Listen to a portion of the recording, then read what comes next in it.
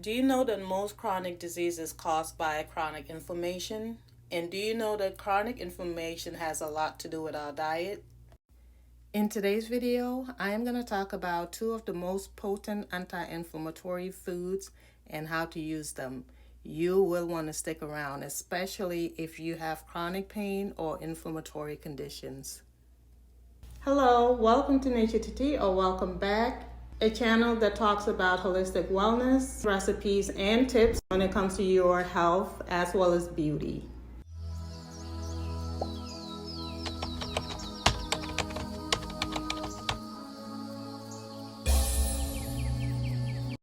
In this video, I'm going to talk about the benefits of ginger root as well as turmeric root and give you guys some of my favorite recipes as well as how to maximize the benefits of using these roots.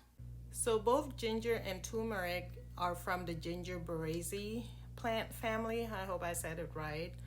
But turmeric is not as common to most Americans, at least, as ginger is.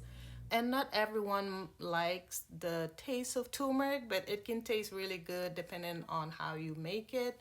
And it is used in a lot of Southeast Asian dishes like curry and golden milk and many other different recipes. Turmeric is also used a lot in India, especially in Ayurvedic medicine practices. Turmeric has potent anti-inflammatory and antioxidant properties due to the curcumin. It helps regulate blood sugar levels, help with insulin resistance, support brain health, and help detoxify the body, especially when it comes to your liver. It is antibacterial and it is great to ease chronic pain and help with immune function. What a lot of people don't know is that if you want the benefit of eating turmeric is that you have to eat it in a certain way. The active ingredient that provides the benefits of eating turmeric is the curcumin, which has a low bioavailability, meaning it gets metabolized by the body before the active curcumin can reach the bloodstream and organs. So in order to enhance the absorption of the curcumin, you have to take turmeric with black pepper, and is the pepperin in the black pepper, which is the active compound, that enhances the absorption of the curcumin by about 2,000%. Another thing that helps with the absorption of curcumin is that it is fat soluble. So if you cook it with fat, it does dissolve in fat and makes the absorption also quicker. And also giving it a little bit or cooking it in low heat also helps with the absorption.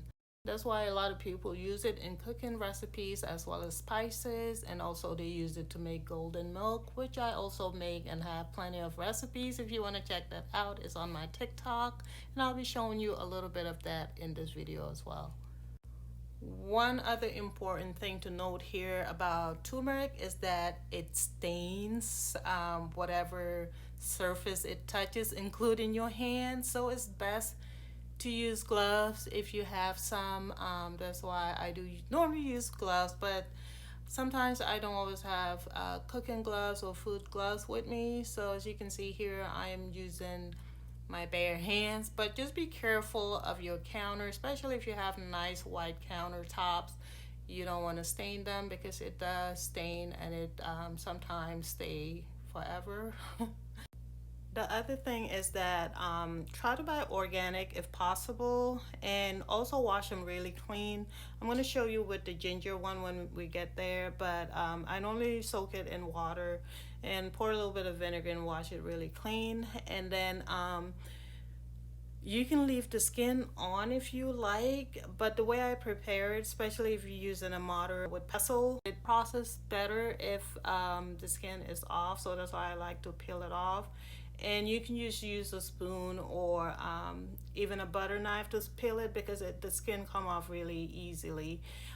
So I am just using two for this recipe, and once I washed it, peeled it, I'm gonna go ahead and chop it up into smaller pieces.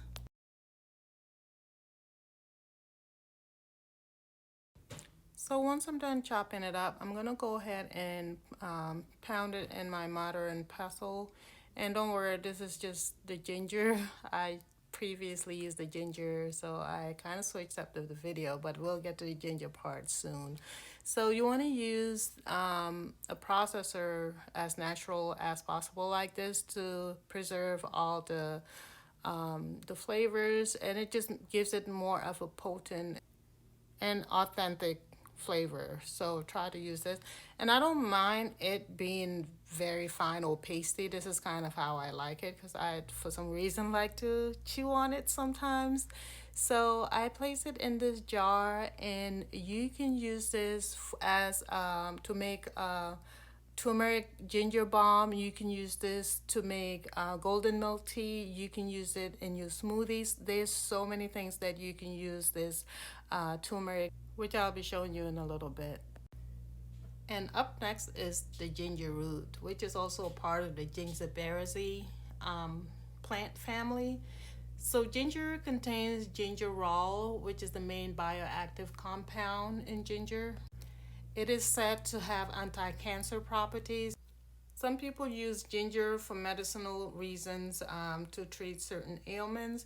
It is high in antioxidant, it is antimicrobial, and it is also antifungal and suppresses cough. So that's why a lot of people use it when they are sick or when they have a cold or flu. Other benefits of ginger include lowering blood sugar levels. It is great for indigestion. It improves emptying of the stomach. It helps soothe sore muscles and increase energy levels. I like to wash my ginger clean, and I like to wash it with apple cider vinegar as well as distilled water. And I just soak it in a little bit, let it sit for about 10 minutes or so. Sometimes I do like to use my vegetable brush to brush it, but sometimes I just use my bare hands and just scrub it off a little bit. One thing about ginger is that because of the crevices and stuff, that's why I like to wash it as clean as possible. And also, you can leave the skin on if you have the organic one, especially. But I'm just gonna go ahead and take off the skin just because I like it better with the skin off with the way I process it. And I like to make as much ginger as possible. By the way, you can freeze ginger as well as the turmeric root. So when I do buy my ginger, for one, I don't like it to go bad. And secondly, it's a long process. So I just like to make as much as possible and then freeze the rest. So same thing over here. I'm just using a spoon to peel the skin off and then using the knife to cut off any edges and any parts that I don't want.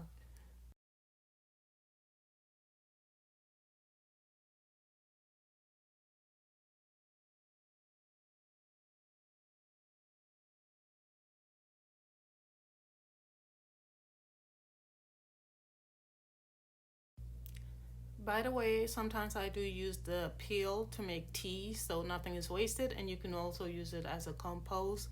And once everything is peeled off, I like to rinse the ginger before I cut it into small pieces. And sometimes I'll just leave the peeled one in the fridge just to throw in my smoothie sometimes.